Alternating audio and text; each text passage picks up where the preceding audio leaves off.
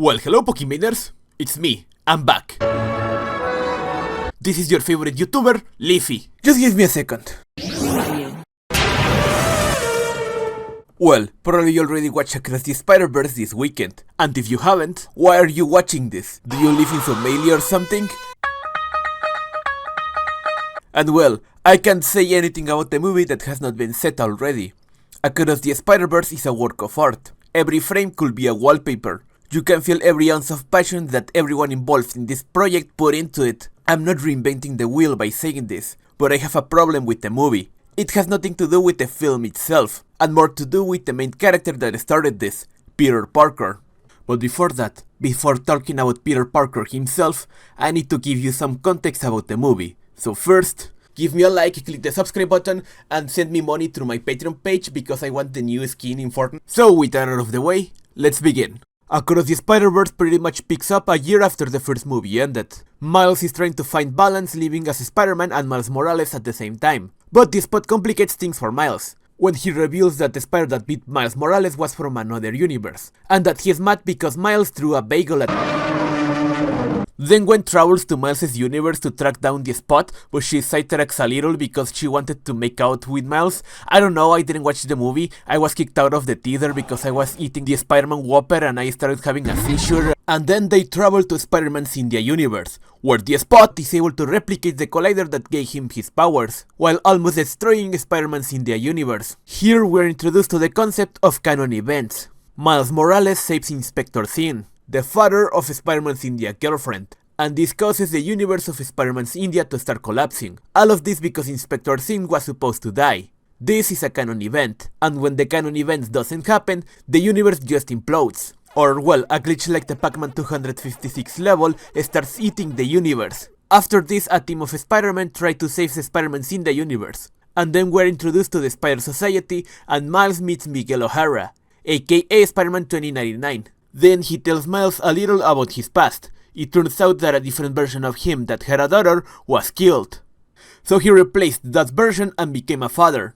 And then this universe just collapses because Miguel changed a canon event. But if you think about it, this is kinda stupid, because the canon event was that a different version of Miguel dies. But this wasn't changed. So you're telling me that the canon event was that his daughter was supposed to grow fatherless? Good thing that Miguel O'Hara doesn't exist, because if he was real, he will be smashing my head against the keyboard. Or the canon event was that Spider-Man wasn't supposed to be in that universe. Then if that is the case, why the other universes didn't collapse? Miles Morales' universe had 5 different Spider-Man at the same time, and none of them were supposed to be there. Why it didn't collapse? I know that this is me cherry picking here, and this is something that happens when you deal with abstract subjects like the multiverse. You can't avoid having small plot holes because the multiverse is a concept about which we know frighteningly little. This is not my main problem, it's just something that I find funny and that I can ignore. Also, these two idiots destroyed an universe each because they were too lazy to make a baby. After Miguel reveals his past, we are introduced to the main conflict of the movie. Miles Morales' dad, Jeff, is going to die. And that is a canon event, that if it gets altered, it could destroy Miles' universe. Obviously Miles doesn't want this to happen, but Miguel tries to convince Miles that this has to happen, showing Miles how every Spider-Man that exists has to lose a police captain. This ensues the chase sequence and Miles Morales fighting Miguel O'Hara. This is my main problem with the movie, because when you think about the origins of Spider-Man, you'll remember about how Peter Parker became Spidey. Peter Parker lets a thief escape, and because of that, Uncle Ben dies. So from that moment on, Peter Parker uses his power so that no one has to suffer what he did. In other words, Spider-Man wouldn't let someone die while he does nothing. This is my problem with the movie.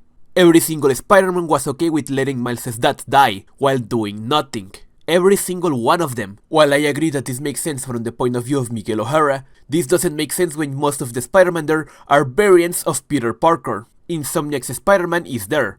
Are you telling me that he wouldn't step up for this version of Miles? More when he saw his version of Miles Morales go through a lot of pain and suffering because he saw his father die. I don't know if you remember this, but there was a movie like a year ago where Spider-Man puts in danger the fate of the multiverse to save some bad guys.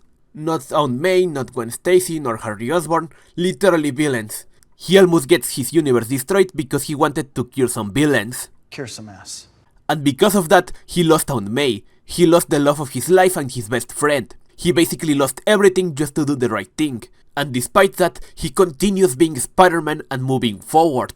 If that doesn't tell you how far Spider-Man is willing to go to save everyone, I don't know what will. There is something called the trolley problem. That is basically a moral question, where you either save one person and kill many, or you save many and kill one. The thing is that basically Spider-Man is the antithesis to that question. The point of Spider-Man is that he will find a way to save everyone, even if he has to sacrifice himself to achieve that. This doesn't mean that he will always succeed, but that he will always try. Spider-Man is the most noble superhero that exists. He doesn't know what the right choice is, but most of the time he manages to do the right thing. Because he's not faced by the odds, he manages to go through everything, just so no one has to lose their Uncle Ben. Spider-Man represents the nobility that exists in the human spirit in its purest form, and I find it bothersome that every single Spider-Man was okay with letting Miles' dad die. Hey, I'm trying to focus on what's important. What's important is not standing by and allowing someone to suffer or die because you do nothing. If you don't get that, then you don't get the first thing about being Spider-Man. This is my main problem with this movie. I'm not saying that this automatically makes it bad.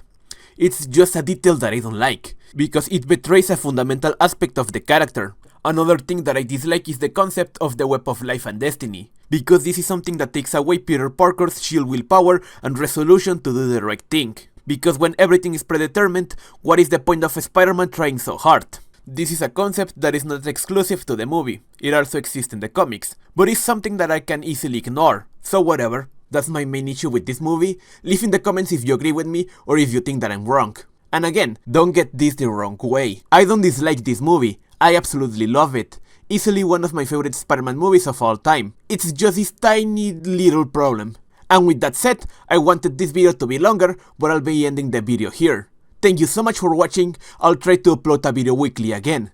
And I'm uploading shorts daily, so give me a hand and press the like button in this video and see if you find something that you like on my YouTube channel or in my shorts. Not that kind of short. I'll see you in the next time. Bye bye.